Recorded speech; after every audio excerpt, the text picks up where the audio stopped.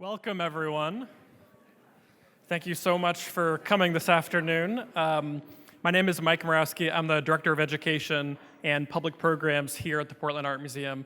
I am so thrilled, proud, and honored to be able to have worked with community partners here in Portland, to be able to pull this conversation, panel discussion, and presentation together for this afternoon. And I'm so glad we could get people from, to come out during your day and join us for this. I'll introduce the panel, and we'll start with a short video here in a minute. But I think we've been thinking a lot about the museum, or at least something that I've been thinking a lot about in terms of, how can this place be a site for these conversations, for important conversations about what's going on now. One of the things that you had in your seats was just sort of a draft of something we tried to pull together as we had two incredible, powerful, provocative exhibits open up within the last few weeks. The first being an exhibit of paintings by Arvie Smith, who's going to be on the panel. We get to hear from him. It's been so great to work with him. You've been working with the museum for years and years, but I'm new to be able to partner and work with Arvie and to have an exhibit of his art up in our Apex Gallery on the 4th floor of the Hoffman Building. And then in addition to that, Josh Klein, whose exhibit is on the 4th floor of the Center for Contemporary and Modern Art. Both of these exhibits really probe thinking and reflection, and hopefully both artists want these exhibits to provoke conversation about racial injustice, about violence, about police brutality, police reform, about accountability, a lot of these issues that will come up in the conversation today by people that have really been thinking about these things and working with these issues for a very long time with an incredible depth of expertise. So it's so great to have so many people here in Portland right now doing this work. And the museum is really interested in kind of thinking about the role of an institution like this and the role of artists in some of this work, some of this social justice work. So this conversation is in part a way to sort of, bring that to the museum. So I appreciate the institution, being open to. I think we planned this conversation and presentation today within the last week, and so it's been great. It's great to see so many people come out for this. I want to give a special thanks to Teressa Raiford, who's been working over just the past few weeks to sort of partner and have events that can involve the museum. We first just reached out to several organizations here in Portland just to have some conversations and listen, which is something that museums need to be doing, is listening to their communities. And we are trying to do that in every way we can. Are we doing awesome at it? We're learning. And we have missteps, but we are learning as we go to be a better museum, listening to our community. And Teressa was one among many people. Some of you are here today who came in and had early conversations with us in the galleries with Josh Klein, Arvie Smith's exhibitions.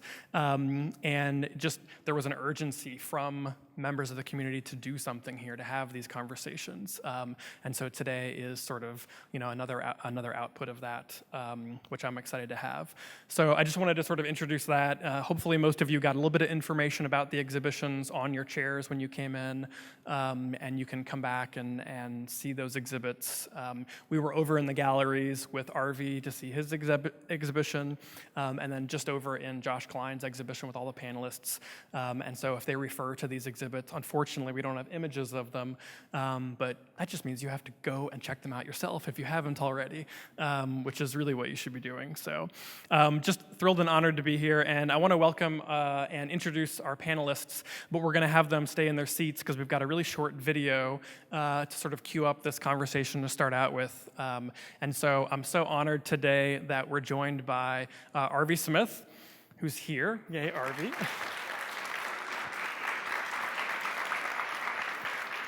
And Reverend Traci Blackmon, who is here from Florissant, Missouri. It was great to have somebody else from St. Louis here, because I'm from St. Louis. So, and then Mykia Hernandez, who's also here to join us today. And the panel discussion is going to be moderated by Teressa Raiford. Teressa, thank you so much. So I'm going to go ahead and queue up the video, and then as soon as the video ends, I welcome our panelists to come up on stage, and we'll go ahead and get started. And then after the discussion, we'll have some time for Q&A. So if questions come up that you want to ask, we'll make sure that we have some microphones that are mobile and can go around to capture those too. So thank you. We'll cue the video.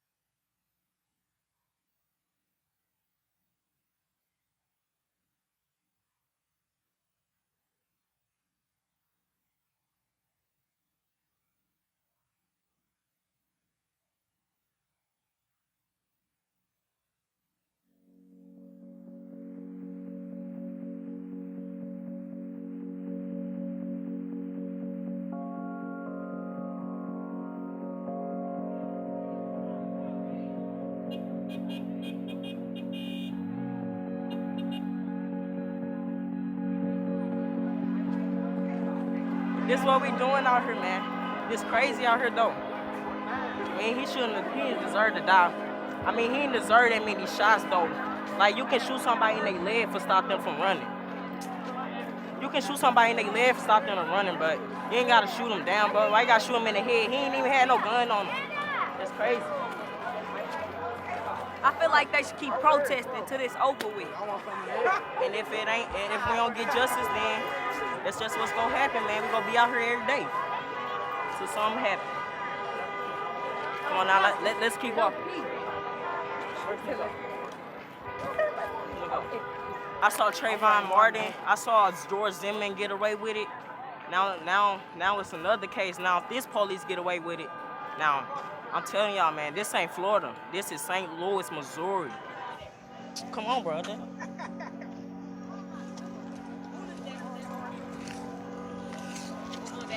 Quit talking about my art, bro.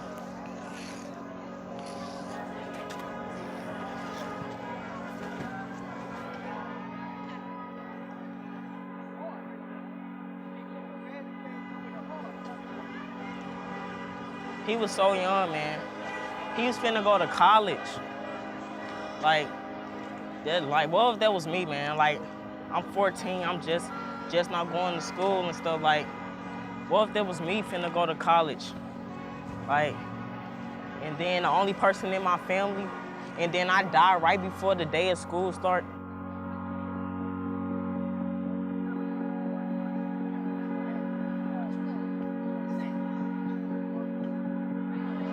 What's that all about? What's that? He was 18, he was too young to die. What is that though? I don't know what that is, that's them. I wrote this. So, let me ask you something. If it don't make a point, then why do it? They put this on here. I'm trying to scrape it off so I can write on it. But see, that's what I'm saying. Why put it on there and you go get a piece of paper and put it on there? Wait.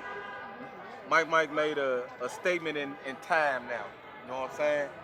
And we got to keep his memory alive by not defacing property. And this is what they want y'all to do. This is defacing property. Look at this. This don't even say nothing no more. Can't nobody really see it. When the rain comes, it can be washed away. But this right here will never be washed away. All these people out here will never be washed away. But I bet you get out there in the middle of the street, they gonna see you because your age. It's just like fighting with your mind. Fight with a pen or a paper or a marker. You know what I'm saying? Make it bigger in every way so they can see it. All right.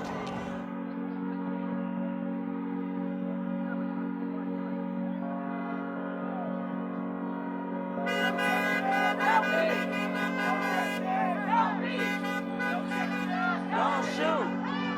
Don't shoot. Don't shoot. Don't shoot. Don't shoot. Hands up. Don't shoot. Hands up. Don't shoot. Don't shoot.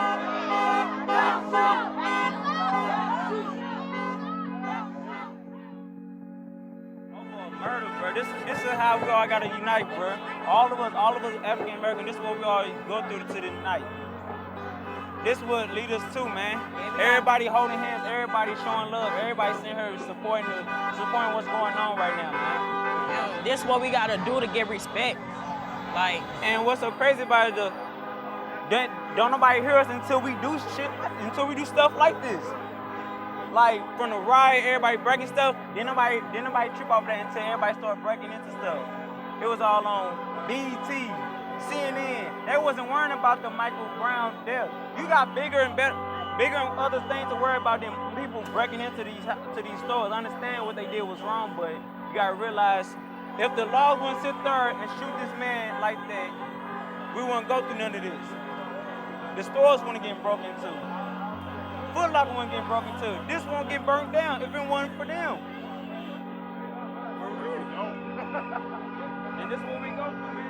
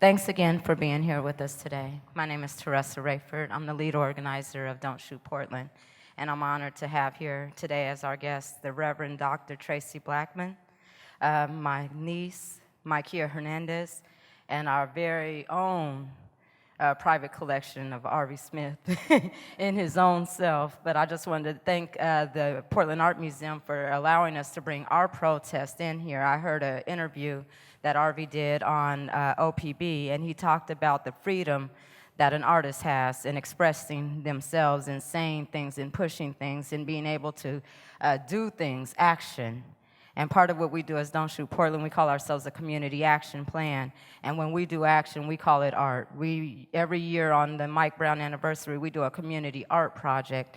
And last year when we did our community art project, in reflection to what was happening around the country, activists here in our state were arrested during that weekend, so our art project didn't get to continue.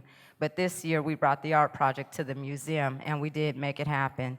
And I just wanted to thank everybody that was involved in helping us build our 60-foot long banner. It was in orange. It was representing orange because people talk about gun violence, and they're worried about how are we shifting and paradigming the relationship between gun violence with this Black Lives Matter movement. And it's the same issue. Anything that causes a society to be so oppressed that they hate themselves and they are suicidal and they're shooting and running towards bullets, there has to be a problem. And we're fighting those problems. We don't believe that Black Lives Matter is one issue. We are human beings just like everybody else. Anything that has to do with this country, this world, our reality and our future is a Black Lives Matter movement. And so we're still here, just like those children there. And so I just want to thank again my guests for being here, and I wanted to go ahead and allow them time to let you know who they are, and then we'll go ahead and go into a discussion. It's gonna go like this. Everybody up here is going to introduce themselves. They're going to tell you who they are, what they're doing in the world, and anything else that they might like to share. And then when they're finished, I'm going to go ahead and ask a couple of questions from an activist perspective to people that I know that have inspired me to continue, because the work that they all do is the momentum that drives us to continue. And so once I'm done with those questions, we're going to open it up for a Q&A with you guys, okay? All right, right on. Thank you, guys. Good afternoon. Good afternoon. Good afternoon. I'm a preacher. I like talk back. My name is Traci Blackmon, and I am privileged to serve in two places right now. I serve as pastor of Christ the King United Church in Florissant, Missouri, which is adjacent to Ferguson. But if you've been paying attention, St. Louis, which was once known as the gateway to the Midwest, is now known as Ferguson, no matter where you live. And I would suggest to you, just as a side note, that there is a Ferguson everywhere. I'm also privileged to serve my denomination, the United Church of Christ, as acting executive minister of justice and witness. And so I come to you from both of those places. I would say that my participation in all that is going on is really rooted in the fact that I am a pastor and what it means to me to be a pastor, what it means to me to serve in that type of capacity, both in the church and in wider community.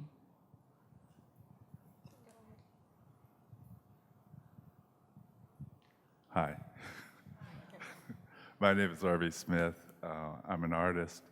I'm a professor emeritus from Pacific Northwest College of Art, and I've actually taught in some of these rooms here in the museum way back when the earth was cooling.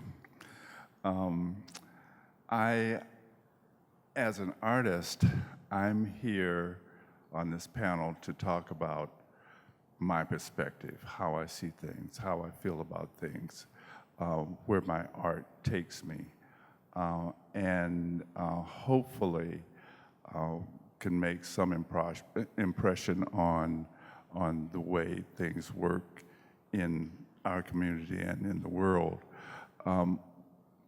Last weekend, I was here for a rally that was incredible, and what I was impressed with is that it was the youth, it was the young people, it was people who are our future, and it's kind of up to us to help lead the way. I'm not sure we're leading the way. I'm wondering if they're leading the way, but it was awesome to see, and it was a privilege to be a part of that. Thank you. Please. Well, they're hard to follow because I don't really have much to say. My name is Mykia Hernandez. I've been an activist since 2014, when all of this Michael Brown stuff started happening. So it's a pleasure to sit here next to her. I am a soon-to-be college freshman at the University of Oregon. Beyond that, I've been active in doing things that are impactful, such as participating in monologue competitions, poetry competitions, where I speak about social injustices and much more. So it's a pleasure to be here with all. Well, will everybody give a hat of hands?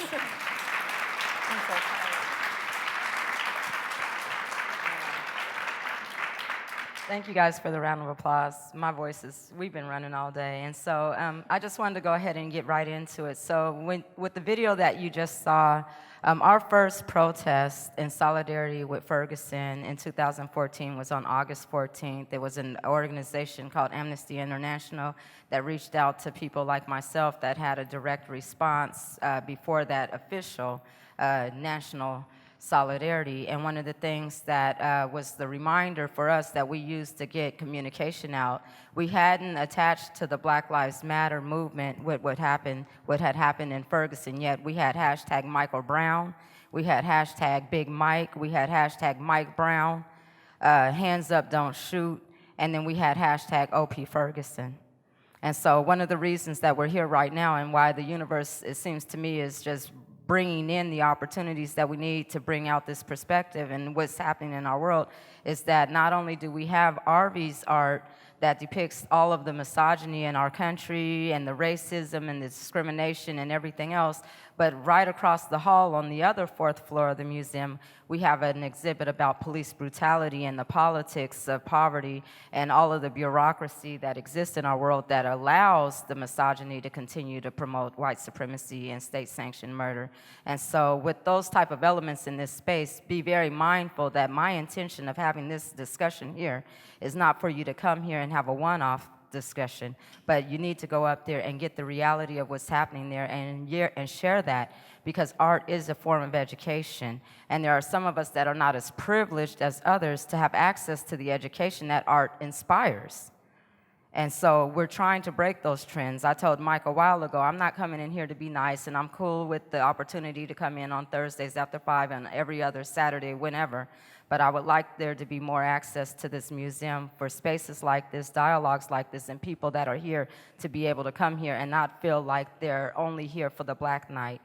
365, and in this case, 366 days a year, whatever access to institutions that educate, we need to have access. So push for that when you leave here. Push for the opportunity to experience Arvie Smith's art without worrying about where the $19.99 is going to come from, for you to be able to go in there and experience that opportunity. You know what I'm saying? Real talk. So let's just jump right in. When I saw this video back in 2014 after we had done our event or our protest that we thought might have been a one-off, the thing that inspired us to continue and why we're still doing it right now is because those were children that were out there. Those were children that were doing the Snapchatting and the Twitter and the Facebook updates. They were the ones that were sending us the pictures and the messages. And whenever somebody hears a child screaming for help, there is a response. This was a global response. This was a global response that came from Missouri, and my grandfather was born there. And so I wanted to ask the Reverend, how did you know that the world was going to be responsive in the way to where we didn't leave? You know, I remember when the media had the immediate response and everybody got there, and I remember when the buses came through. But there are people still responding, even if it's in the element of, you know, digital. But there was still a response. Did you know at that time that your city could hold it down for our world with so much power, with such little warriors on the front line? Like, that's extremely inspiring, and I think our children should be taking that as an opportunity to know their power. Well, thank you for the question. I don't think that anyone knew what would happen. Reverend Karen Anderson is here with me, and she's also from St. Louis and also a part of the ministers who hold the front line. So we were just talking while we were watching that about how triggering it is to have been there and then to be watching it again now. The reality is that Michael Brown Jr. was the 135th death in St. Louis in that year of largely Black males. Some had been assassinated by law enforcement, and some were the victims of communal violence. And St. Louis, just like every other major city, has become accustomed to Black death. We've become desensitized to it because it's on the news. It's not even the lead story anymore. It's a story, and you go on to the next story about whatever's happening in the community. But what made Michael Brown different was that it was a Saturday. This apartment complex, though you don't often see in the media portrayed this way, this apartment complex was not a low-income housing complex. It was a market-rate apartment building with veterans, older people, young people, families of all different kinds of creations, working people who could pay market rate for rent, living in this place that was yet oppressed. And so on a Saturday, when you think about what could have happened in that moment, is something to give us pause, because the neighborhood is filled with children. The neighborhood is filled with elderly people and people who were outside on a Saturday, right? And on this Saturday, within 2 minutes of Darren Wilson encountering Michael Brown was dead. That doesn't come through in the media all the time, that this entire encounter from life to death was 2 minutes. 2 minutes from the time he stopped his car and addressed Michael Brown, 2 minutes later, Michael Brown was dead. And he was dead from 148 feet away. These are important things to remember. Now, whether he stuck his hand in the car and wrestled with the officer, I was not there, and that was not taped. But what is known is that Michael Brown did not have a weapon. What is known by those who live in the community is that Darren Wilson was not a stranger to the young people in this community, that they had often been harassed by Officer Darren Wilson, so there would be reason for them to run if they saw him. And what is indisputable is that he was 148 feet from Darren Wilson when he lost his life. Now, we can debate about whether or not Michael Brown stole a cigarella. We can debate that. But what we know is that at the time of this killing, that information remained unknown. And what we know from Darren Wilson's own testimony that is now public is that he did not see an 18-year-old child. He saw a monster. He saw someone he described as Hulk. And certainly if you see someone that you perceive to be a monster, your initial reaction is going to be to stop that person. So, the killing of black men in St. Louis by law enforcement is not new. A couple of years before Michael Brown, we had 2 black men in the parking lot of a Jack in the Box the car was shot into 27 times. They both died, and the police officers in that case were also exonerated. The prosecuting attorney who chose to go grand jury and not prosecute in the Michael Brown case was also the prosecuting attorney in that case. And in that case, he referred to the victims as thugs who deserved to die. A prosecuting attorney whose own father had been killed by a black person in an altercation because his father was a policeman. Now, does that make him unbiased? I don't know. I'm not in his head to say he was biased or unbiased. I can tell you that if I were the child of a parent who lost his life in a violent altercation with someone on the streets and he was a policeman, it would taint how I view these situations. But that's just me. What made Michael Brown different was not just that he was killed, but that he was left in the street. And because it was a Saturday, he was left in the street with plenty of young people who had cameras, cell phones, that they began using to live stream what was going on. So in Portland, I'm told that you guys have the utopia of weather. But in St. Louis, it's about as close to hell as you want to get. So in August in St. Louis, the temperature exceeded 90 degrees. And Michael Brown laid on the concrete in Ferguson for over 4.5 hours. During that time, which policemen said was because an investigation had to be done, there were health professionals who lived in that apartment complex who pleaded with law enforcement to please let them just check and see if he was still alive. They refused to do that. They were not looking at this body. They were so oblivious to his dead body that at one point during those 4.5 hours, one of the police dogs urinated in the vicinity of the body. So what you see in the media is a part of the story. What I tell is my version of the story.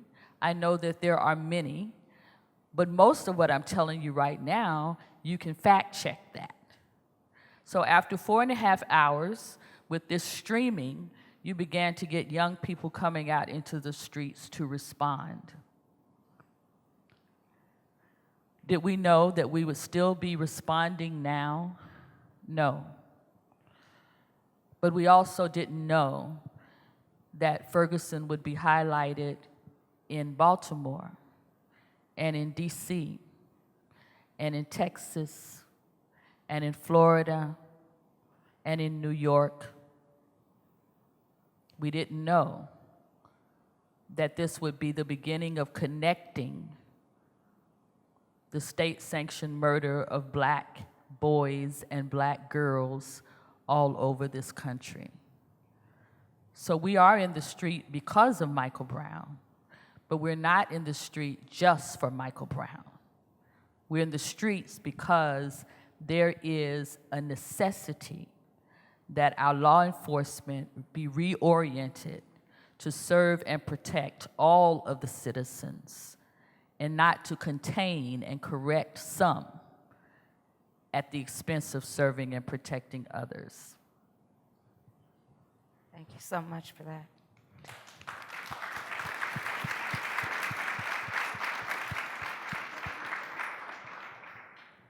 So another, let's say another level of this movement that we've realized, and what we've realized in movements before this, some of the first things that happened that we brought into, and again, the children were leading this movement, so whatever the reality is around their communication, that's the reality that captured us and gave us an opportunity to help support it. And so when we talk about realities, let's talk about art. Let's talk about the influence that art had on it, and let's talk about what the Reverend just said about Black Death. One of the things as a protester, as an activist, as somebody's auntie, as somebody's sister, mother, child, what I've seen and what we've been dealing with, when I see the death, when I see our tears, when I see our poetry, when I see the funerals and the videos and the pictures, a lot of people are accustomed to looking at Black death as art. Even when you go into the exhibit that Mr. Smith has up there on the 4th floor, you see Black death, and it's an artistic rendition of the particular society that's around it that creates it. And my thought is this, is that it seems to me that people, we say that we understand what's happening here, but it seems to me on the front line that a lot more people are more susceptible to accepting this as an entertainment. They're not seeing that we're out there and that our children are continuously being killed, and that the system requires that we speak out and stand up together in order to redefine how it plays out these realities. I'm seeing that, and I'm thinking at the same time, while I'm seeing that we're entertainment, I'm looking at entertainment that should help build the consciousness. I'm looking at people like Kendrick Lamar and people like Beyonce and all of these different artists. I'm looking at the reemergence of Nina Simone talking about Misunderstood and Mississippi Goddamn. And I'm wondering, why are we still not picking it up when we know that we have a very strong vehicle in art? What is the bridge that's not making us connect that to our consciousness so that we can be more supportive today? And so I'm gonna ask that question of Arvie. I wanted to ask him, like in your artwork, there's a lot of, conceptual descriptions of misogyny and racism and the state-sanctioned murder. Can you please tell us from your perspective how your soul was able to deliver that to us, and what do you see in the connection that people have in relativity with that art and what's happening in our world? Are we connecting the dots when artists like yourselves or the poets, or are we able, do you see us seeing more than the entertainment value? Is it coming in deeper from your perspective? Do you feel like it's in vain, or what should we be doing? Let me tell you just a little bit more about myself. I was born in the Deep South in Texas, and I grew up in a town called Jasper. And Jasper is infamous for 1992, they lynched a young Black man, 2 white men lynched a young Black man, drug him behind their car until his head rolled off into the road, and they threw him in front of the church. My mom told me that this was not an unusual occurrence. This happened all the time, and what they would do is throw the body in front of your doorstep. And what the connection I see between Michael Brown and what my grandfather, who was a college professor, described as the police, the sheriff in that case, they don't work for us. As a child, I didn't quite understand what he meant, but now I have a very, very good idea of what was behind that. There was also another young man by the name of Richard Wright killed in my hometown, Jasper, Texas, another high-profile killing of a black youth. And as was talked about, what happened in Missouri, in Ferguson, we saw police powers that we haven't seen unleashed since the Civil Rights era. And I think, and most people don't understand, I don't think that people born before 1964, you were born into privilege. If you're white, you were born into privilege by definition because of the civil rights movement, and things were supposed to be equal, and with Obama, it's sort of a colorblind society. Well, it's not colorblind. I want you to see what color I am. Stokely Carmichael talked about the consequences of being black. Every black youth that I know, or every black man that I know, understands the consequences of being black, the consequences of being marginalized and degraded, and trying to find your voice. I found my voice, and my voice is art. I can say what I please, and I can say it in a way that's true to me.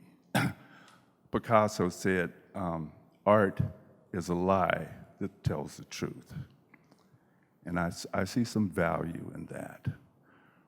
What we're bringing, what we try to bring, I think as artists, what I try to bring is my perception, my understanding, my gut feeling of what it's like to be a black man in America, a black man in Portland, a black man in the world.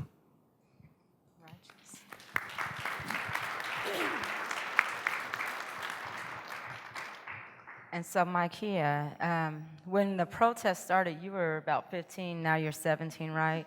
And since then, you've graduated from high school and you decided you wanted to go to school and become a lawyer, which that's what we need. We've had a lot of National Lawyers Guild, ACLU partners on the front line, legal observing for us during the marches, helping us out with the Know Your Rights training and any kind of other legal matters like amicus briefs when you get arrested and all that other good stuff, and hooking you up with pro bono attorneys. So in the mind of an activist, again, from my perspective, if our youth are growing up in the mindset to say that they want to become the policymakers, the lawmakers, the judges, the politicians, the managers of these CEOs, or the program directors of whatever organizations are supposed to be distributing social services, that's a win for us. Even if it's going to take them 5 to 10 to 15 years to get there, we know that the power in their intention and the reality of their situation is going to make it happen. And so I just wanted to ask you, Mykia, from 2014 to now, I know you just did your first lead organizing this past Saturday. What are some of the things that you've seen that have empowered you as a young black woman in this world with the reality and the understanding of what's happening, but also understanding your power in changing the paradigm of what's happening? You've seen for yourself firsthand with the power of being connected to people and being motivated and organizing in an educated, strategic manner. What is that doing to you? Like, how is that going, what you gonna do first?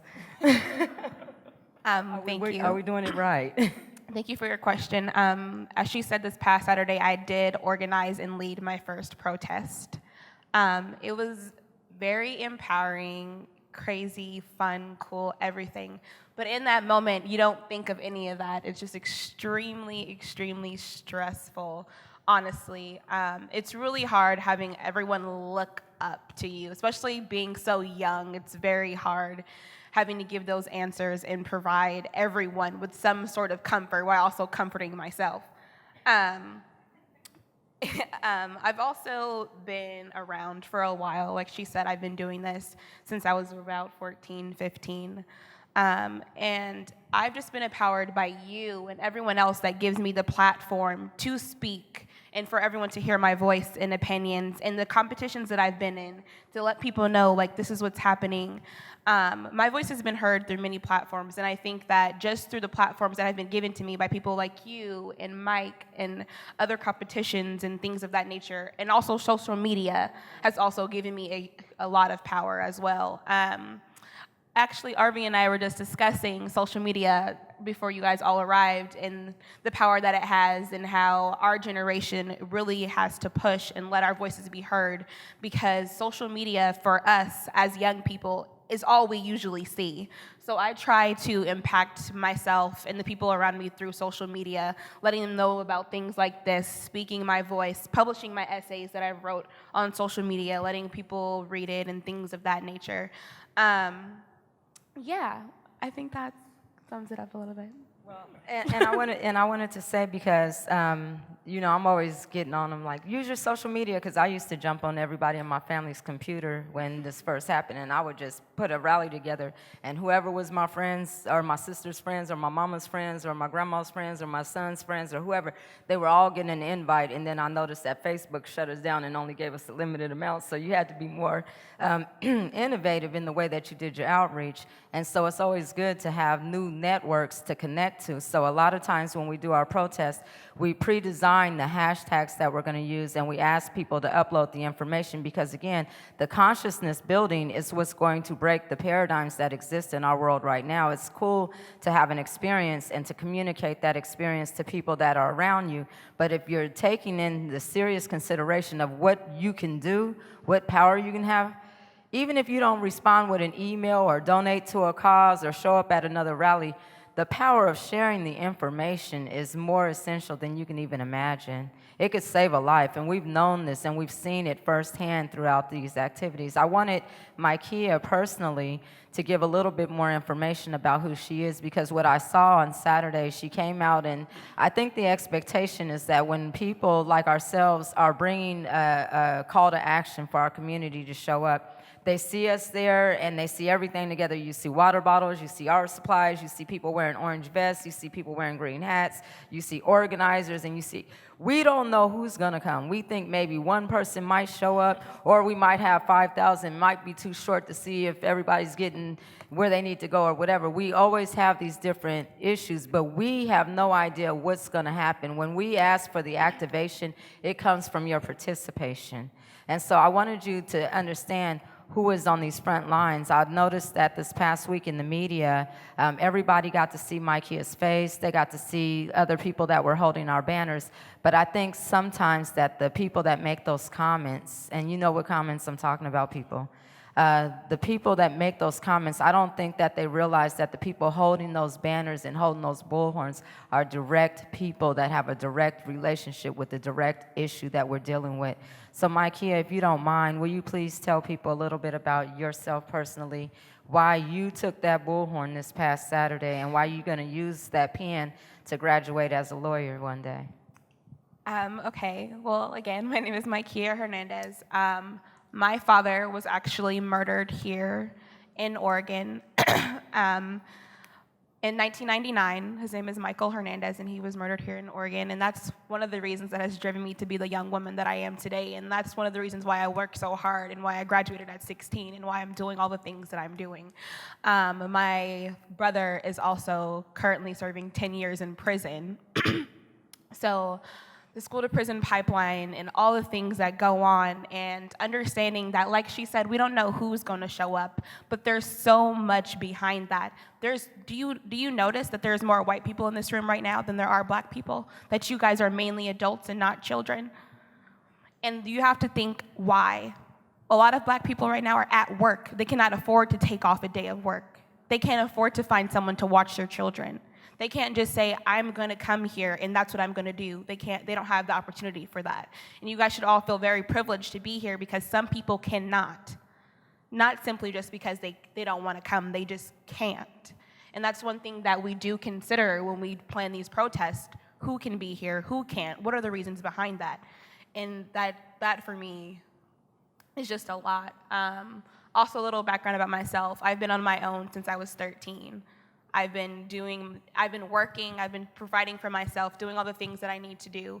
I've also faced a lot of adversities at the high school that I went to and a lot of pushback. I attended MLC. I don't know if you guys know anything about MLC, Metropolitan Learning Center. I went there from 7th grade until I graduated. It's a K through 12 school. It's actually around the corner on Northwest 21st and Gleason. I don't know if you guys know, but the school is predominantly white. I was the only girl in only black woman in my whole graduating class, only black student, let me put it that way, in my graduating class. So attending that school has shaped me in who I am. The first week that I attended MLC, I was called a nigger. And that for me was very harsh as a 7th grader, coming in, being called a nigger by a student I've never met before in my life, and I come here and this is how I'm accepted. This is what I'm susceptible to. And I did not tell anyone that until I was in high school and we had that conversation because I internalized it so much. I was so afraid to say anything. Being the only black student, it was really hard for me to come out and say that even happened in high school years after. So that and just going to school knowing that every single day I'm going to be the only black person at school, I'm going to be the only black person in my class, that was really hard for me. So at MLC, I did a lot of social justice work. My whole senior project was around social justice and intersectionalities with that also. So I don't just fight for Black lives. I'm one of those people who fight for all marginalized groups because I'm a part of a lot of marginalized groups. I'm a woman, I'm lesbian, I'm Black, and I live in Portland, where I am the minority of 2%. And I'm going to be going to the University of Oregon, where I will again be the only 2%, where I have teachers that are not Black, they're all white, and all of their teachers that are Black make up less than 1%. And I want you guys to keep that in mind. And at MLC, I had one Black teacher, whose name is Lewis Holland, who was a very wonderful man. And that was actually the only Black teacher I've ever had in my whole life. So you guys just have to keep that in mind, and that's a little bit of background about myself. And I wanted her to tell about herself because I wanted you guys to know that we're not thugs. That these children that are out here, we're not thugs. They're not thugs. They're truly honored under God. That's THUG. Okay?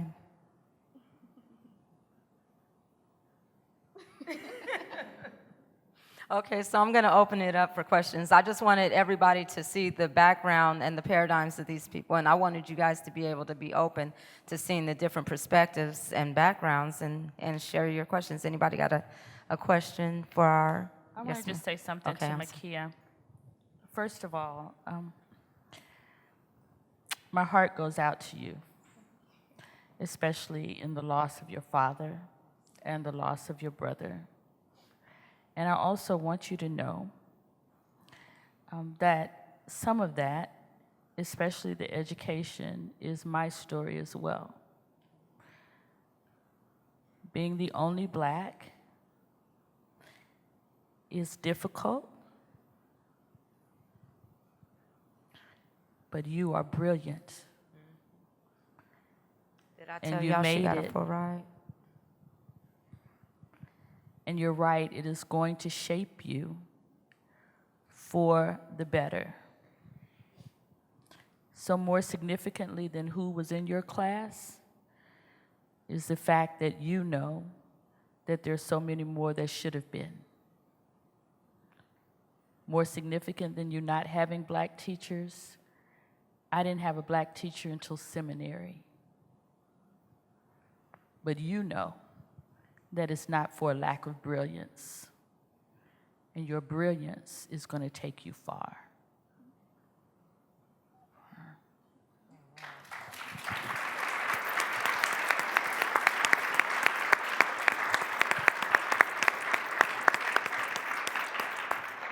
Before we go to questions, real quick, I just wanted to say, Mykia had received a full ride scholarship to Spelman College. And because she's emancipated, and we have a system of poverty that oppresses women, she was not able to go there. That's why she's going to go ahead and go to Oregon State University. But as a community, why we stand on the front line, because if you see us and we talk about hand us some of that privilege, let's break some of these barriers, it's because we need her to be able to go to Spelman if that's where she want to go. She got a full ride scholarship at 16 years old and couldn't go because of money.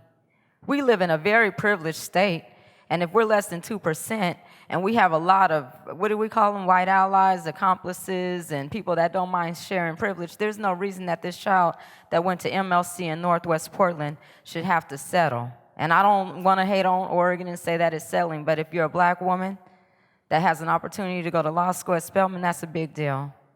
I hope it's not the end of this story. That's just my FYI, y'all. I'm going to go ahead and open it up to questions.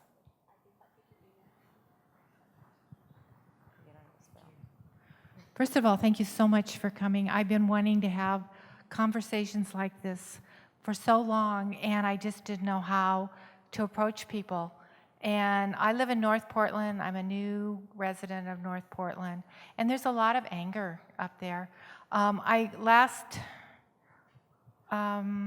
week I went, the police bureau in North Portland had a conversation with the residents, the first time that they've ever had a conversation.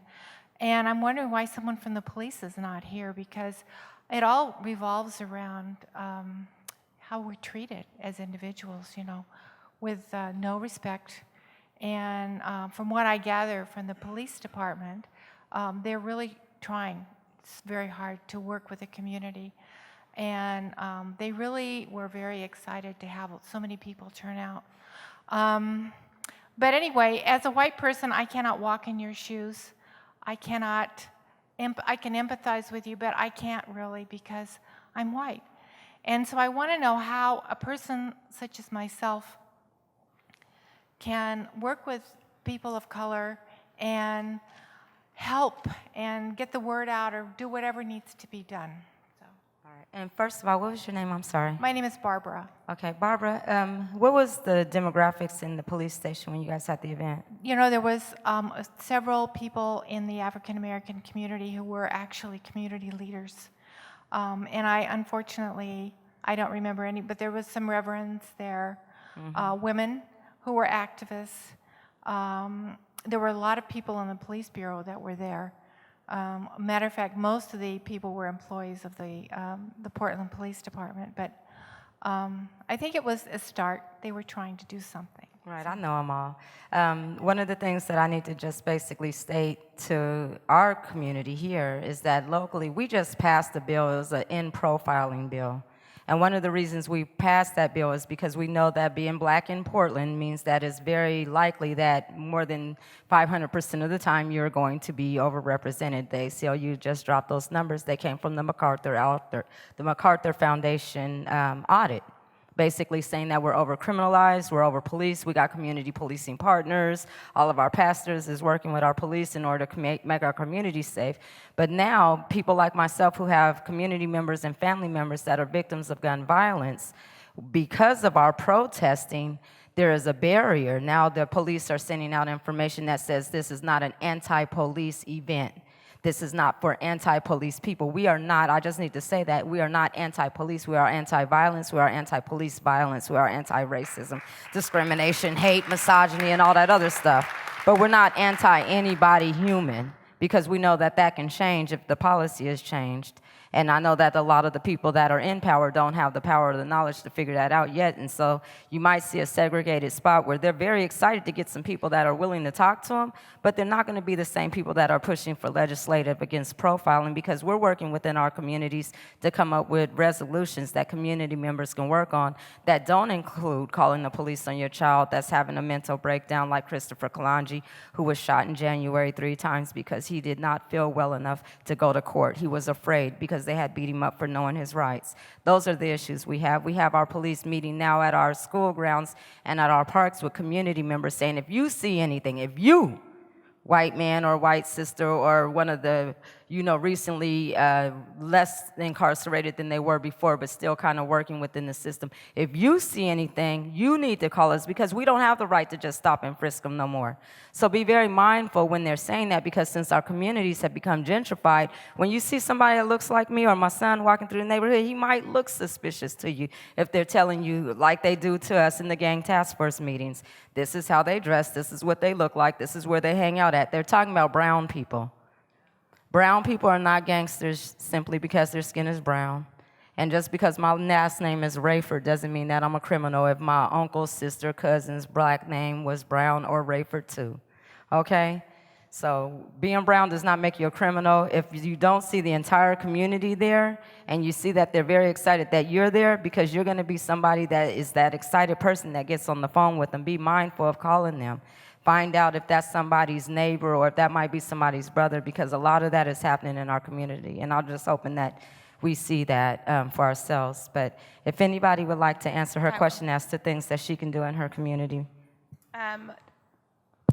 To answer your question more specifically, you've already started, one, just being here.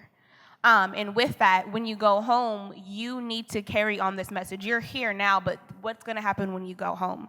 When you go home, you need to tell your friends, oh, I came here. This impacted me how? And I think this next one can impact you too if you come along. Being that person to invite people, include people, be inclusive, come to these events, tell your friends about it, talk about it. All those things, you're already starting what you need to do. But as a white ally, you need to bring things to other white people to their realization that this is a problem. And by just doing that, you are doing everything you need to do. And I really hope you understand that. I wanted to add something to both of these, and I find them to be very helpful, very useful. One of the things that struck me about going up to see Arvie's art, the exhibit that is here, is we had some conversation, Arvie, when I was up there about the way narratives shape what happens in America. And there are certain narratives about America that I'm not going to hear because I'm not white. But you're going to hear those narratives all the time because you're safe. And that's a comfortable place for those narratives to play out. So a part of the work is the interruption of those narratives. And that is not just an interruption externally, but it's also an interruption internally, because we all have been conditioned by this society. I've been doing diversity work a long time. I rarely use the word ally anymore. I don't need allies. I need accomplices. And there's a big difference, right?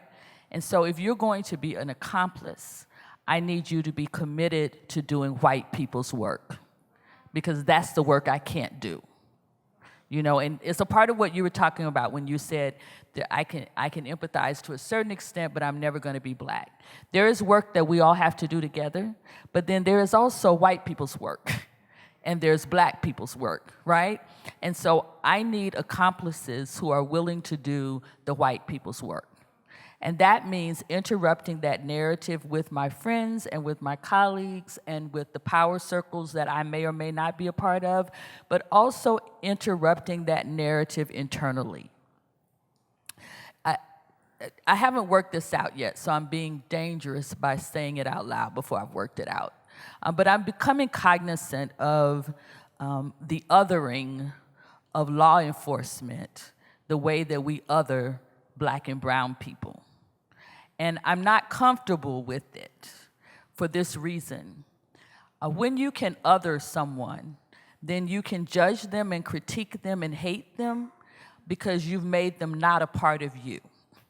The reality is that the people who serve in law enforcement are in church with us, are in synagogues with us, some are in mosque with us, some are in temples with us.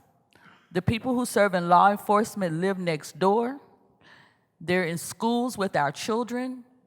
We have PTA meetings with them. They are us. They are. And so What is it that is happening in our environment that allows some people, when they put on their uniforms, to become desensitized to the humanity of other people? And that's work we all have to do, but we have to do it differently. I need white people that are willing to do that work with white people. And a part of you being able to do that work, I don't know any other way to say it, is to forgive yourself for being white. Yeah. Please. I don't need white people crying tears about how progressive I want to be, right? You're born white. I was born black. I don't think either one is an accident. And neither one of them is a sin in of itself, right? So if we could just get to a place where we recognize that we've all been indoctrinated, we've all gotten bad messaging, we've all gotten bad narratives, and make a commitment to deconstruct that internally and externally, recognizing sometimes we're not going to get it right. Sometimes we're not going to say the right thing. I work in the most liberal, progressive denomination there is. And for me, our enemy is liberal white people who are afraid of being called a racist. So the only thing that they can do is not show up, not go gung-ho in, because they don't want to say the wrong thing and be called a racist. You may say the wrong thing. Show up anyway. Yeah. You may make a wrong step and get slapped. Show up anyway. That's white people's work. Yeah. Stop acting like police or somebody other. Some of you are going to have dinner with some police this week, right? And we all want to say, well, those are the good ones. There are no good ones if they are silent. It's the system that is corrupt. And this system must be dismantled. One last thing and I'll shut up. There's a research piece that's out that I recommend to you. It's so popular now you can Google it and download it. You don't have to go to the library, imagine that. It's called The Essence of Innocence. The Essence of Innocence. One of the lead researchers is a man named Goff, and I can't remember right now the researcher that's female, but they did a study of different segments of society, different societal groups, and their reaction to black male youth. One of those groups was law enforcement. And what the study revealed is that most law enforcement individuals, at least in this study, did not make a differentiation between 12-year-old black boys and black men. They see black boys as black men. And the problem with that is that children do childish things. And if you don't see them as a child, you respond to that behavior as you would with an adult. They also saw black adult males with characteristics of animals, much like what we heard from Darren Wilson. This didn't come from anywhere. It's a narrative that we've all been fed. And Arvie's art, what is hanging upstairs was extremely powerful to me because he calls out this false narrative that doesn't start here. It's a narrative that has always been created by those in power to marginalize the rest of us. So it's a narrative that when this country was discovered, quote unquote, by Columbus, that it was inhabited with savages. And those savages didn't have any kind of decency about them or any kind of faith. Therefore, we were legitimized in taking people's land and people's property and killing them, right? You know this narrative, right? And then it's a narrative that goes through slavery that portrays Africans who were enslaved as being less than and unintelligent and unable of taking care of themselves. So the white man makes it possible for the black enslaved person to live. And then that narrative shifted so that white supremacy could keep its humanity to being one of slaves being happy. Who in the hell is happy enslaved? With blackface and tap dancing and just happy to be working for the master. And then with emancipation and with civil rights movement, the narrative shifts again. And now you need to keep your white women away from black men. Arvie added for me today, keep your children, which is depicted in his art, away from black men. So this narrative of fear has been created for the purpose of promoting classism and capitalism. And I hate to be the one that tell you all that some of you that have been tricked into thinking that you are white, they ain't talking about you. They're talking about wealthy, class-driven whiteness, white supremacy. And we're all feeding into it. Sorry.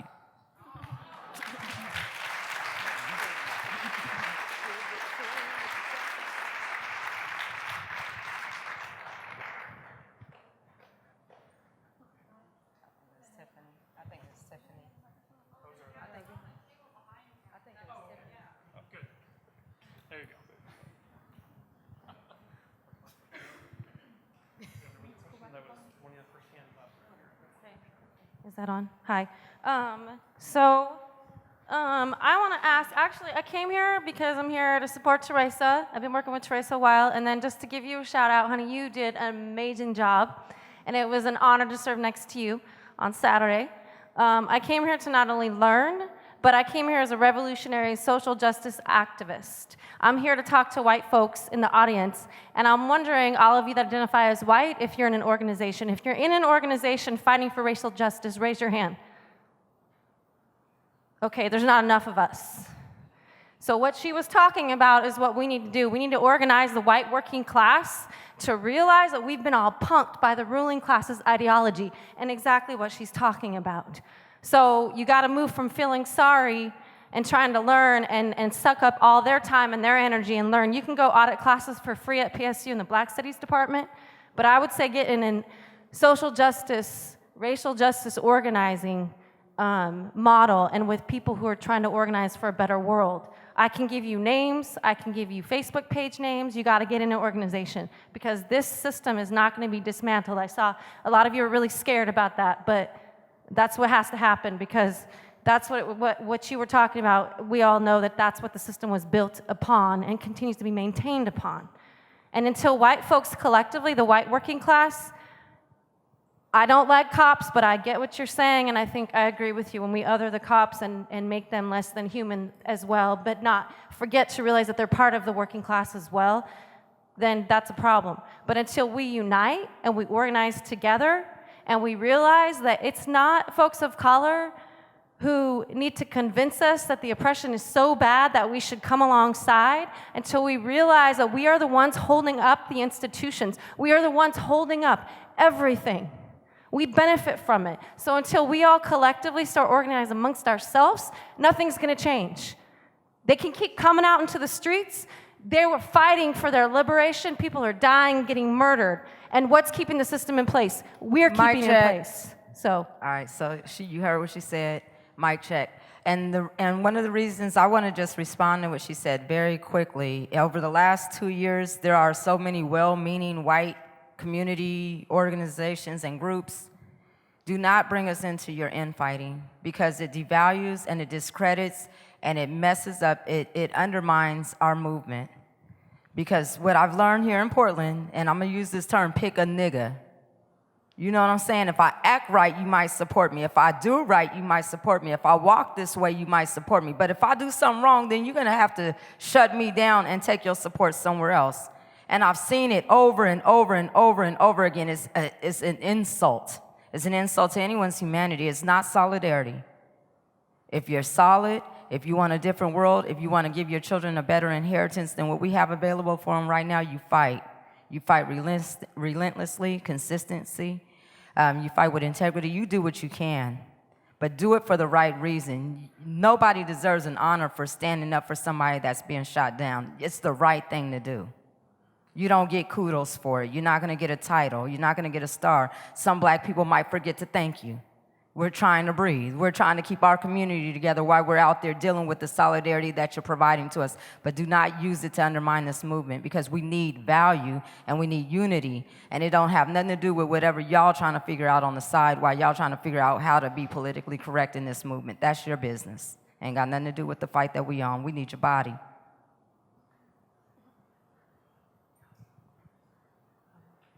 I'm Rebecca, and I have specific questions that are relevant to Arvie Smith, but first I want to say what an electrifying past couple of days with these incredible black athletes at the Olympics.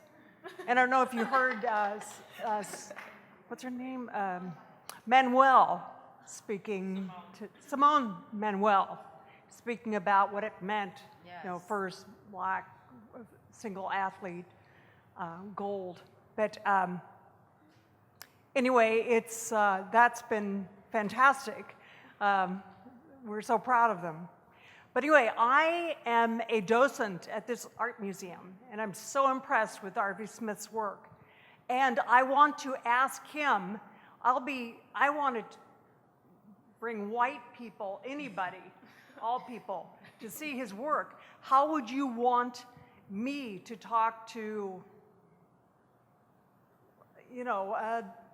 how would you want me to talk to anybody about specifically the very first image of the man being lynched, and Hands Up, Don't Shoot with Aunt Jemima. Anyway, I would like you to please talk a little bit about that and how I can talk to people, get the discussion going. Okay, let me give that a shot. I did a project with Measure 11 children, a 2-year project. We did 5 murals. Bring your mic in a little bit more. Your mic. We did 5 murals at the Donnelly Long Justice Department, where kids are incarcerated and they're tried in adult court. These are kids from 13 to 18. And it's disproportionately, way disproportionately Black and Latino kids. I think of the 150 or so kids that I worked with during those 2 years, I think I worked with maybe 1 or 2 white children that went home. The rest of these children were, except for 1 that I know of, were convinced to plead down to a felony. Once you're a felon, you have a hard time in this life. And this is happening to our children, to our Black children. So by doing this, by incarcerating these children, the white majority, the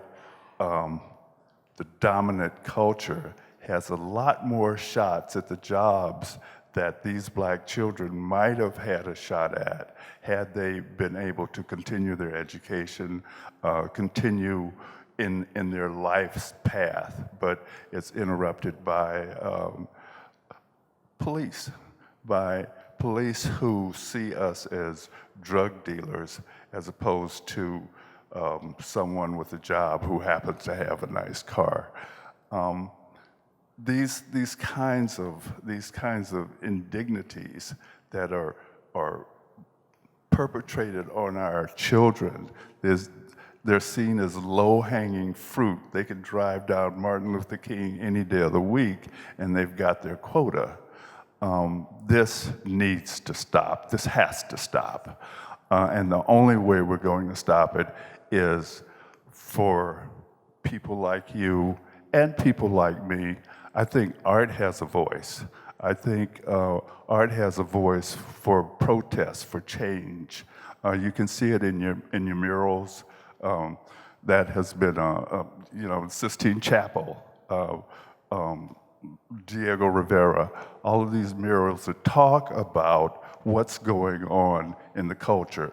And for me, I see that as part of my responsibility to bring forward my frame of reference and put that out in the world, so that I think people think they really understand what Black people are going through, but it's really skewed. If you look at some of the polls where, maybe a majority of white people think one way and the majority of the Black people think another way, and somehow we've got to bring that together. And we can only do that through dialogue and meetings like this.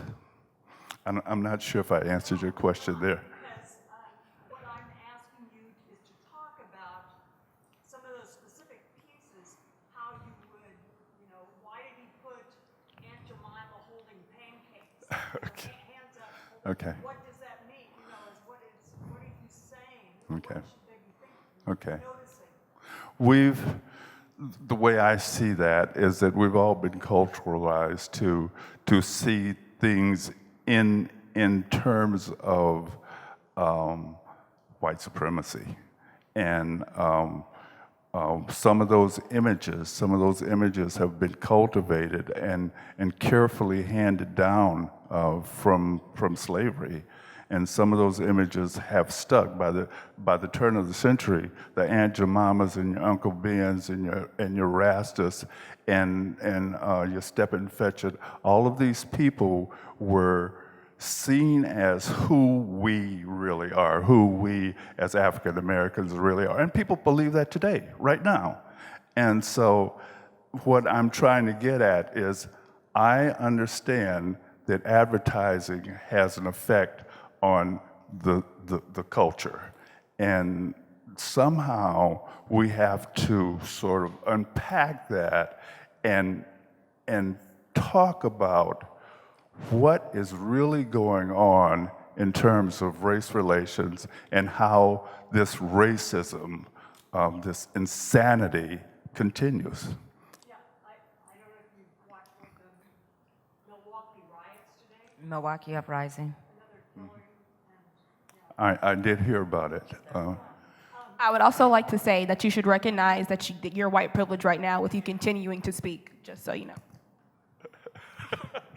That's the millennial letting you know, I was going to say, basically in response to what you were asking with Arvie, because I've heard that from the front line, like, why are you guys out here? What is this? And we're artists. That's what I'm starting to learn, is we have the same artistic privilege that Mr. Smith has in delivering our needables or our receivables for our government petition.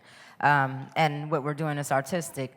What he's saying is that if you look at the art that he has designed is a reflection of the atrocities that are being perpetrated upon the Black people in society. It's the corporate partnerships that help promote these brands and these images and these values that dehumanize us. And so if you're seeing that reflected in that artwork and you have any kind of value or power in the world, that means that you have a certain power to dismantle it because you've recognized it. He's speaking that to you. He's bringing that to our community to build a dialogue. But if someone that has privilege and power recognizes that, they need to bring the people with the privilege and the power so that they can see it and so that it can be confronted. Because I know that speaking with the people that run this museum, that the mayor has not been here. I know that I don't see any of our police commanders or sheriffs or any of the esteemed people that were excited to build a dialogue last week with this woman, Barbara.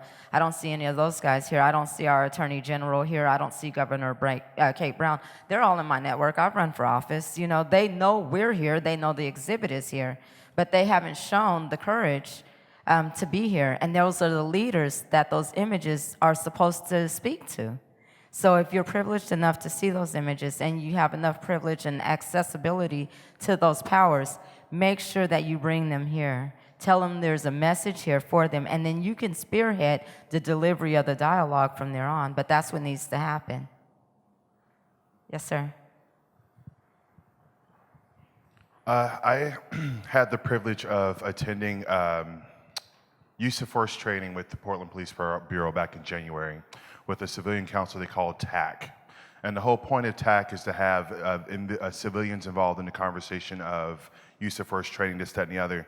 And one question I brought up to them throughout this use of force training, I said, do you guys offer any sensitivity training? And the guy conducting the training wasn't exactly sure what I was talking about. And the lieutenant, he pointed back to the lieutenant, he said, well, do we offer that training here? Yeah, that training is available. And I said verbatim, I'm like, well, so if you hire a white officer out of Lake Oswego, and you give him a gun, and then you throw him in Northeast Portland, what do you expect to happen when there's a problem? And I'm curious to know, with your work and your work as well, have you guys addressed any, like, help to, like, I think the police unions are where a lot of the problems are. Like, if these type of things happen, like Officer Humphreys, who happens to be the guy who shot Aaron Campbell, who happens to be the same officer who shot that young lady at the Max station with a beanbag shotgun. They take him off the streets, they give him administrative leave, then he mandatorily arbitrates, then he put him back and they back pay him. And no officer's ever been indicted in Multnomah County. So is there any work that's being done, and what are the hurdles? Like, I think that's a constructive question I have. Like, is there something that we can start addressing as a community to try to break that system down? Because I think that's a good place to start as well. Yeah, I was going to answer to that, because what we keep talking about when we mention the voting power, when we say vote, vote, vote, a lot of people are like, oh, I'm a voter and it doesn't matter. Well, you got to look at what's happening in the world right now. This paradigm is shifting. Even if we're in a room that's 98% white and only less than 1% black, and then the rest of us are still people of color, and I don't want to be rude, that's our reality. If people want to do something, they have to get political. You know what I'm saying? Those systems are in place. The question that you just said about the police reinforcement, their training, I took the deadly training class. We were supposed to be learning about tasers. They handed me a Glock. I killed somebody in 22 seconds, deadly force. You know, so they're doing these things. I used to work for a CPA. A lot of times when you shoot somebody, and then us, the public, say, we need more training, we need more officers in our community, we're gonna get what we asked for. That's not accountability. That's not changing the policy. That's not changing the directive. That's not changing the language in the collective bargaining agreement. And if we have a situation where right now people with privilege are looking at this issue and they're saying, what can I do with my privilege? Well, guess what? Everybody gets excited when they're endorsed as a politician by the police union. They're excited when they win that endorsement because the police union has all those members that pay that elected official to help win that election. That's power. Knowing that the people that are running for office need that endorsement, want that endorsement, endear that endorsement, knowing that the collective businesses in our community support those unions, hit them where their money is, shut them down. Pull a boycott together. Say, you know what, unless I see something in the 2017 collective bargaining agreement that shows me there's a 48-hour rule that's going to give us an opportunity to speak to the officer before he makes up a lie that the city attorney is going to defend him and we're going to pay for. We need something different. Tell the people that have the power that. Tell these businesses that work with these unions, that endorse these chiefs, that endorse everybody else that's running for office this November, let them know how you feel about Black lives. We've been asking people on the Don't Shoot Portland page to write our public officials and let them know that you expect a public statement in regards to the Black Lives Matter movement. It could be good, for, against, or without any comment at all, but put it in writing. Even if it is no comment, tell them to put it in writing, demand it. Make them make a statement, because from the time that you get them to make a statement, you know if you can count on them or if you need to vote them out. But until we have strong leaders with integrity that are gonna challenge the language, and they know we got lawyers on the front line, we know we got families that have been victimized, criminalized, we know we got organizations that do not file complaints or investigations on our behalf. Hold them accountable. I don't care if it's the Urban League or the NAACP. If they're not standing on the front line, if they're not filing investigations, if they're not helping you get law enforcement from a higher agency to deal with the ones we got here locally, then they're not on your side, but you can demand that power from them because somebody's paying their check. Use your power. Thank you.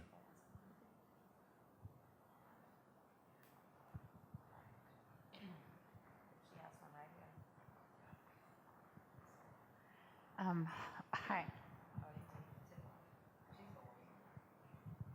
Hi. Thank you so much for giving me the opportunity to be here and hearing everybody and also learning. And it was just a privilege to hear you this morning and to and my question is just really simple. I just want to know who are your biggest inspirations? Who inspired you to become Pastor Blackmon? Who inspired you to become the speaker that you have become? And who inspired you to become the artist that you is there one single inspiration that had turned your life around? And the same question for you, Mykia, and also you, Teressa Raiford. Thank you. Miss Brenner. Miss Brenner was my 6th grade teacher, art teacher, and she said, "Hey, kid, you can do this." But what she told me is my grandfather gave me a book on Michelangelo, and I copied all of the Michelangelo mural. And what Miss Brenner told me, because I thought I was pretty good, she said, "Arvie, paint the people outside the window." We're in school, and I didn't understand what she was talking about. But I was painting white people, and I didn't understand that I was not painting black people. I was not painting the people outside the window. That was a real realization for me. So that was my first experience, and really incredible teachers along the line.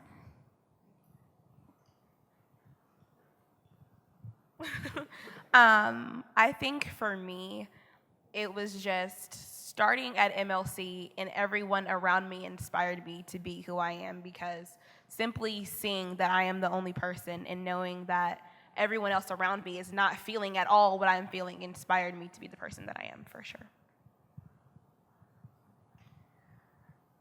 I'm a child of the 60s in Birmingham, Alabama.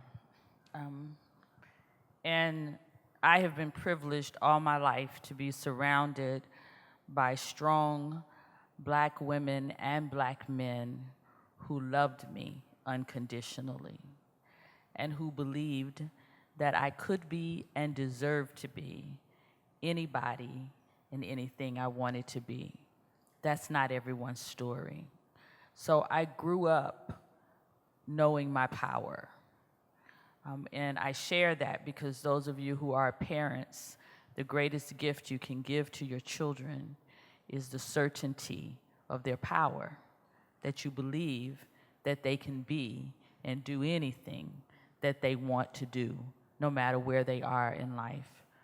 I was also blessed by the educators that I had. I was the only black, but there's something that happens before the tipping point. And you guys may not be familiar with the tipping point, but there is a percentage of blackness that has to happen before white flight comes. When you are the only, you don't reach that tipping point.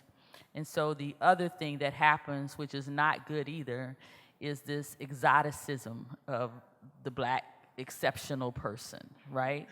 And so I was privileged in that exoticism that I was exposed to things that a lot of black people weren't. And I only counted a privilege because on this side I had those strong black mothers and strong black fathers that kept me grounded. What brought me to the streets was the fact that I'm a mother, and I am the mother of 2 black males. One has locks all the way down his back, and the other is very close and clean shaven.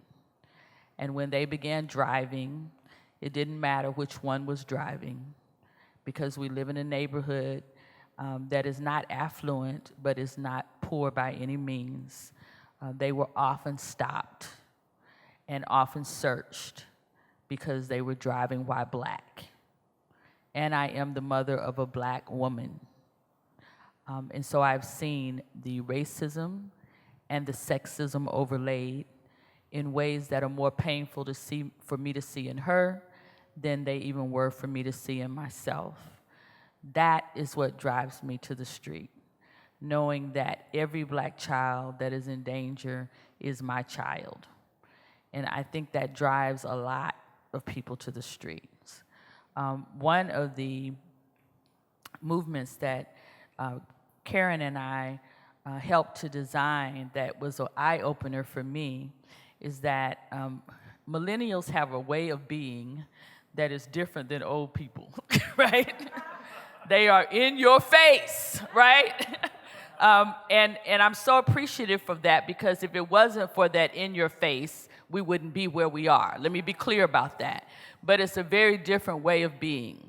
So we had a lot of people our age, I'm 53, a lot of people our age saying, we want to be involved, but we're uncomfortable with the in your face, right? So we planned, Karen and I, we have to do the in your face because that's where our babies are. But we also planned a march for mothers. And the only request that we had was that mothers, correct me if I get it wrong, Karen, but mothers were asked, if you have lost a child to violence, whether you are the biological mother or whether you are the spiritual mother, or, I don't care how you are the mother, right? The auntie, you play a mother role in somebody's life. If you have lost a child to violence, we invited you to come to this march. And we said the march was going to be a silent march, and we were going to march around the court system because we were all impacted, right? And we didn't know how many people would show up for that kind of march. And then somewhere in the planning, we decided we want you to make your own signs. And we want the signs to have pictures of the person that you are there because of. So we show up at the courthouse this day. I don't even remember what day of the week it was. And there were hundreds of mothers, all with these pictures of the people they had lost. And they weren't all black mothers. There were white mothers. There were Jewish mothers. There were Muslim mothers. There were Christian mothers. There were mothers who were holding signs of black children who had been gunned down in communal violence, and black children who had been lost in police altercations. And there were mothers holding pictures of slain police officers who were their children who had been lost in violence of some form on the job. There were mothers who had lost their children in military actions.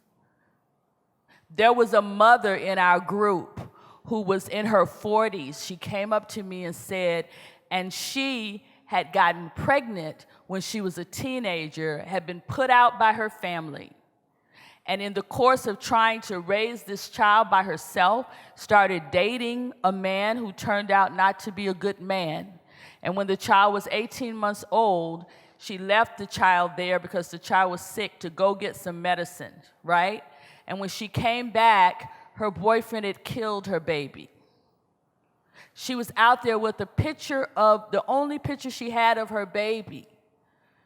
Because when her baby was killed, her family had put her out. She called home. The man who killed the baby went to prison. But she called home, and her parents said, the only way you can come home is if you never mention that baby. So here she was, 40. And it was the first time she had been able to say out loud the name of her child. And you know what we discovered that day? That pain unites people. And that everybody understands what it means to lose somebody you care about. That's what Black Lives Matter is about. That the lives that are being lost, that are melanin-filled, black, brown, that those lives matter. And that there are families and people who are hurting, just like those who were there for other reasons. And those mothers began to work together in ways to bring about change. Mothers. Out of that march came a whole program of Black mothers sitting on stages like this, talking to white mothers about what it means to have a conversation with your child about how to act when the police stop you, not if. And from that conversation, the question began to be to those white mothers, you came to hear what I say to my child, but the problem is, what are you saying to yours? That is the work. When I started working for gay rights, it was a new thing for me. I was Pentecostal in my younger days. Wasn't a lot of happy gay right talk where I came from. I'm just being honest, right? And then I had this epiphany that reminded me that all of God's children are loved. And I was thirsty for information about gay rights and how to be a gay advocate. I was thirsty, but I was lazy. I didn't want to read any books. I didn't want to do any work. And I had a gay friend, I had many, but I had this one that I bugged all the time. And every time I thought I found something new, I would call him up. You know, am I getting this right? Is this right? Well, explain this, explain that. And one night, his name is Rudy Nickens. I love him to death. One night, Rudy had the courage to say to me on one of those midnight calls, I love that you are awake in more than one way. But your need to know does not mandate a need for me to educate.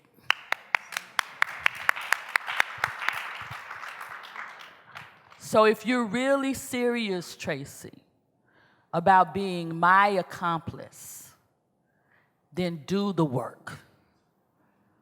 And then if you have questions, we can talk. It's the same no matter what the oppression. It's a commitment to do the work. What is the work? It's different depending on where you are. But I promise you, if you commit to it, the work will find you. I promise you. If you make a statement that this is what matters to me, the work will find you. If Black lives don't matter, no lives matter. That's the bottom line.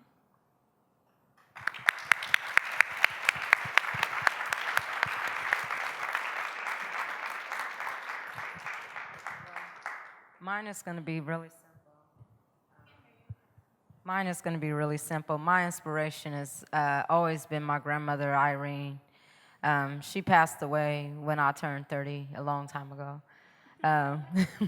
But she grew up in Tallulah, Louisiana, and she was a sharecropper. She grew up, and her nickname was Kuda, and she was telling me when I was in 3rd grade I needed to do a biography. I needed to do an autobiography or a biography on somebody that I loved, and I can't remember from what perspective I was supposed to write this, but I remember she was my subject matter. And when I sat down with her, she was 4'11". She was still taller than me at the time. But when she told me everything that she told me, I knew that she was the oldest out of 13 kids. I knew that she had 10 children. I didn't know that she only got to go to 1st grade because her mom was sick and she had to stay at home and raise the kids since she was the oldest. I didn't know that a lot of the things, not being able to get the education, I'm wondering, how are you making money, Grandma? Because I'm looking at you with your voter's registration book, and you're going through there, and you're writing letters, and you're paying checks, and you're taking care of your kids and your grandchildren. You know what I'm saying? You're always there for all of the neighbors. You're doing all of this work. She did everything for everybody, as much as she possibly could. I didn't know she had to teach herself how to read. She told me I taught myself how to read when my kids would come home, and they would ask me to help them with their homework. I'd say, hey, read this to me. And so they used books and they would be reading to their mom, and she'd be learning how to read off of them. So by the time we were old enough to sit on her knee, and she was only 35-something when I was born, she was able to start teaching me how to read. She was teaching me how to write. She learned this from her children. She inspired me to realize the power that I had in me was something that was necessary for her to be strong enough and powerful enough to be the mother that she was for my mom. She became a strong mom because her children taught her how to read and write. That made her a very strong grandparent because she was able to write checks to help us out and to raise us. She had power. She got her power from her brothers and sisters. She got her power from her children. I get my power from our children. I get my power from my children. My power that made me decide to activate, I got that power from my brother's baby, from Andre. He died when I came home to visit from Texas, September 26, 2010. And when he had died, that whole time that I was here for the 3 weeks that I was running around and extending my time because I wanted to work with the Black Women for Peace through Multnomah County because my grandfather said, represent Hughes Memorial and go over there and do something with the church. And I said, okay, well, I'm visiting. They're going to find out I'm not here, and then they're going to say, you know, I can't be a part of it, but I'll put in my time because they said they're doing something for our children. My time wasn't up with working with them when he was taken from me. But when I was at his funeral and people spoke about who he was, and they even mentioned that he talked about who I was, I said, I need to show and prove that whatever he said when he told them people, my auntie Teressa is the queen of everything, well, let me go ahead and show him that what he said was not a lie, because he doesn't get to come back and say, well, she's not the queen of everything. You know, he couldn't come back and fix what he had already put out there. So with my heart, my determination, and with his inspiration, I figured I could do anything. And from that point on, his friends would come to me, and we would do things. I bought business cards, and I'd say, hey, whatever kid I meet, I'm going to give them this business card that looked like an iPhone application. It looked like the same screen on my iPhone, had all these different choices. And I said, if you could do anything that you want to do, if you could be anything that you want to be, what would you be? Oh, we thinking about doing a thing. Okay, call me if you want to, because I knew how to do business development. So you can't tell me an idea that I can't turn into an operational plan. So for the first year that he died, that's what I did. I walked through the community. I jumped on buses. I hadn't even been home for 15 years, but I tried to connect with everybody that needed to do something, because all I remember is that the kids at his funeral said, you guys keep telling us that you got something for us, but you don't. And just like how Andre died, we're going to keep dying because you don't have nothing for us, and we're going to stay out there. But when you got something, let us know, because we need it. But we're going back out here. I went out there with him. I'm still out there with him. I'm not coming in. I'm staying outside. I'm staying in the streets. I'm inspired by y'all. Keep us going.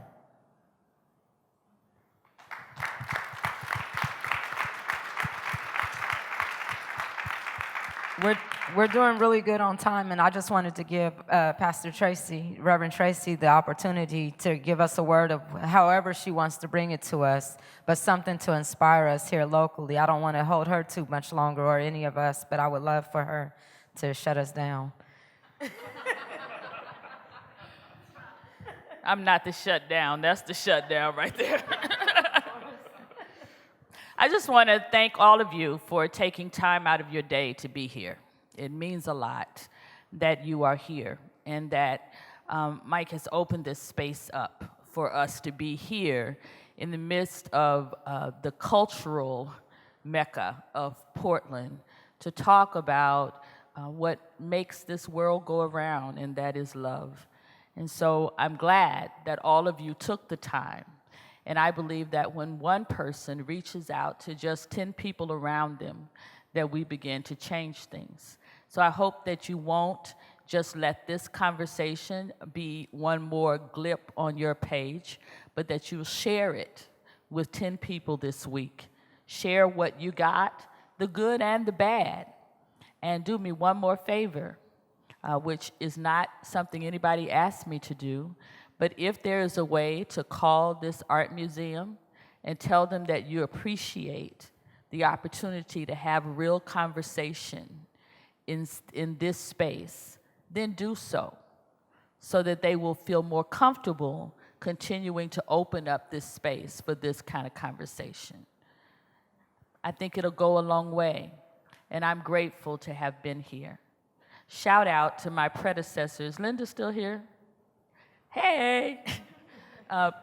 Linda held the job that I am now privileged to hold in the United Church of Christ, which I happen to think is the best denomination ever created. And so I'm grateful that she took time out to be here. We are all connected. And I'm going to look for a piece as everybody says goodbye. If I can find it, I have a piece I'd like to share with you just because of the particularity of this room.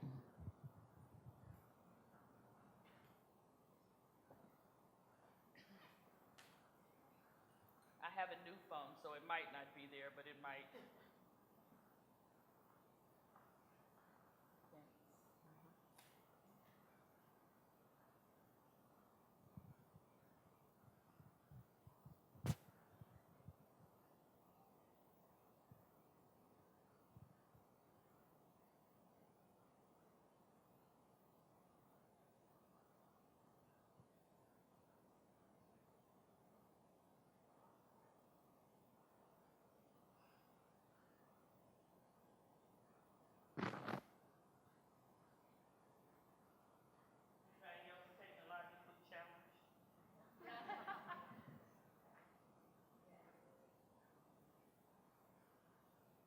Arvie was just telling me I need to teach the old folks how to use their phone.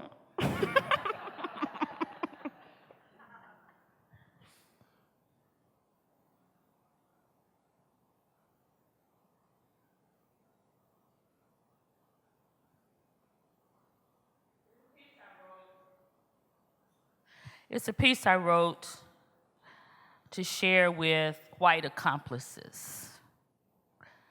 It's called White Privilege.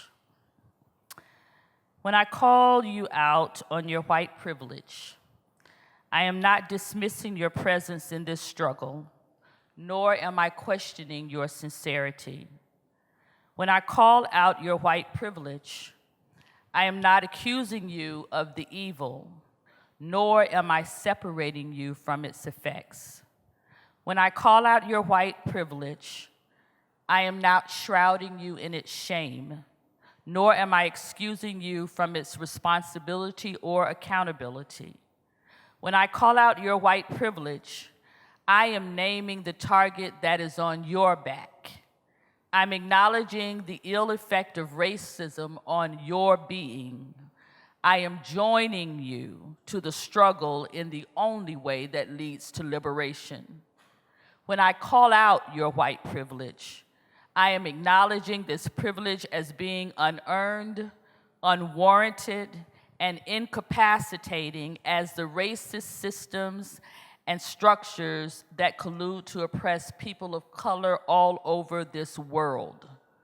When I call out your white privilege, I sound the alarm of the danger that lurks in not being fully aware of the toxic waters in which we swim. Waters that make you feel as though you are breathing so that you never come up for air. When I call out your white privilege, it is not because I believe that you can remove it alone, not because I believe you can choose to use it or refuse it. If these things were true, it would be privilege indeed, but it is not. It is a tool of the enemy designed to create an illusion of God divided against God's self, crafted so that some might assume the idolatrous position of believing that somehow anyone created in the image of God could ever be inherently flawed.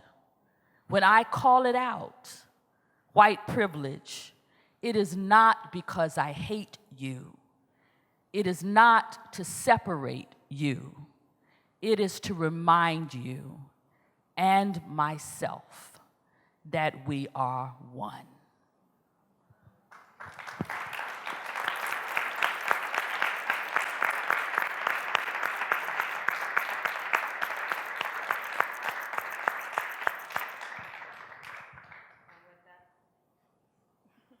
And with that being said, I'd like to thank everybody for coming out tonight. I'd also like to mention that this would not have happened unless we received the educational programming assistance support from the Mackenzie River Gathering Foundation. We appreciate their support in helping us bring out our Reverend Dr. Traci Blackmon to Portland, to Whitelandia, to one of our oldest and most respected fraternal institutions, so that we can have this dialogue. This is an icebreaker.